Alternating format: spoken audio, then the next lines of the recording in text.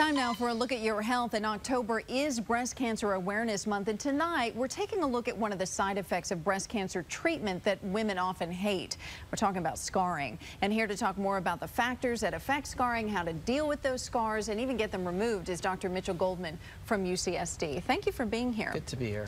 Well, let's talk about all the women that face this, because it's not just breast cancer patients, it's really most of us that go through any kind of mammogram and then have to have some kind of treatment, correct? It really is. Although there's 200,000 American women every year that have some surgical procedure on their breast, there's about 1 million American women that will have another procedure like a biopsy, which turns out fortunately to be benign, but it still can leave a scar on the breast. So the most important point is, if you do have any procedures on your breast, there are very good ways to minimize the appearance of the scar.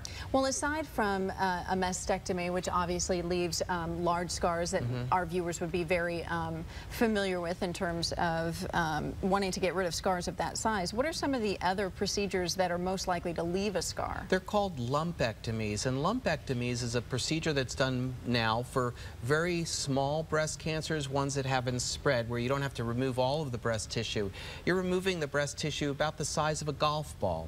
And so you only need a very small incision, maybe 1 inch long. But even an incision 1 inch long can cause some problems on the skin. And as we spoke about in a previous episode, if there's a little depression, you can actually fill that up with some fat. But then with the skin surface, you can literally erase the scar with either a pulse dye laser, a deep FX laser, or an intense pulse light machine. And I know when women undergo radiation treatment, like singer Sheryl Crow has talked about the scarring that has been left on her. They're almost like little dots, and she says she wants to leave them. They're like a badge of courage for her. And they are for many of our patients. The reason the radiologist or radiation therapist puts the dots, it's actually a tattoo that they put with India ink, and it allows them to use the exact same port to treat the exact location of the tumor. Now, some patients like Sheryl Crow want to keep them, and that's totally fine. But they are removable. Yes, if you don't want them, it's a very simple procedure called a Q-switched laser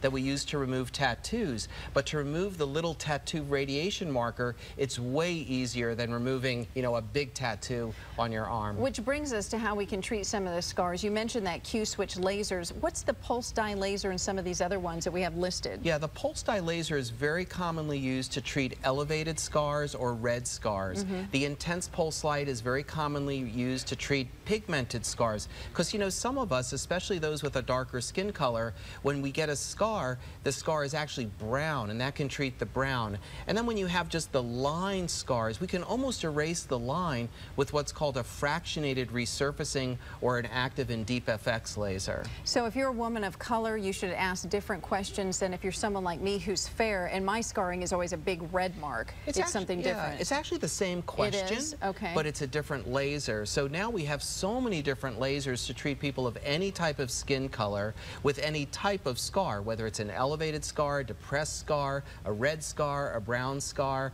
or a white scar. So if you want to have that erased from your memory, we can actually do that now. All right. Well, Dr. Mitchel Goldman, thank you so much. And to all our women warriors and even men, because breast cancer is an issue for them as well, Lauren. If you have a scar and you don't like it, there are avenues that you can go down and get rid of it.